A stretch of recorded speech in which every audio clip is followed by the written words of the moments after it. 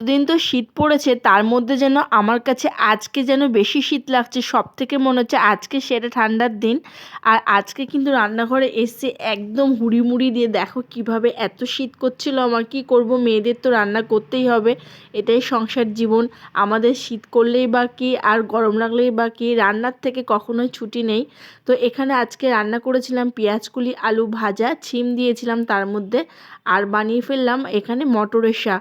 আসলে এই শাকগুলো কালকে বরমশাই আমাদের জমির থেকে এনেছিল তুলে, আর ভাবলাম যে এই শাকগুলো কিন্তু কালকে রাতে বেছে রেখেছিলাম, তার জন্য কিন্তু করতে পারলাম এত তাড়াতাড়ি।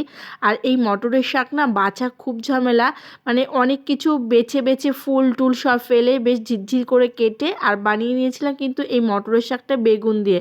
আর আজকে বানাবো কিন্তু মাছ, তার জন্য কিন্তু মটরের শাকটাকে বেগুন দিয়ে যখন বানাবো, আমি কিন্তু এই শাকটাকে বেগুন দেওয়ার সময় লাল লাল করে ভেজে নিয়েছিলাম, তারপরে কিন্তু এই শাক দিয়েছিলাম। খেতে কিন্তু খুব ভালো হয়েছিল। একটু সবাই বলে মটরের শাক তেতো, আমার কাছে কিন্তু একদমই তেতো লাগলো না, কেননা অনেকে বলেছিল লবণ দিয়ে ভাপিয়ে নিতে। তো আমি আর ভাপিয়ে নিইনি, এমনি এইভাবে করেছিলাম, কিন্তু খেতে ভালোই হয়েছিল। আর এইগুলো রান্না করতে কিন্তু বেশ অনেকটাই সময় লাগে। শাকগুলোকে মানে বেছে তারপরে সুন্দর করে গুছিয়ে কেটে। আর এর মধ্যে কিন্তু দেখো প্যাটিস আর জয়নগরের মোয়া, ছেলে বলল আজকে কিন্তু ভাত খাবো না বারোটা, ও নাকি এইটাই খেয়েই থাকবে, তাই কিন্তু দুটো প্যাটিস আর মোয়া ওর জন্য তুলে নিলাম।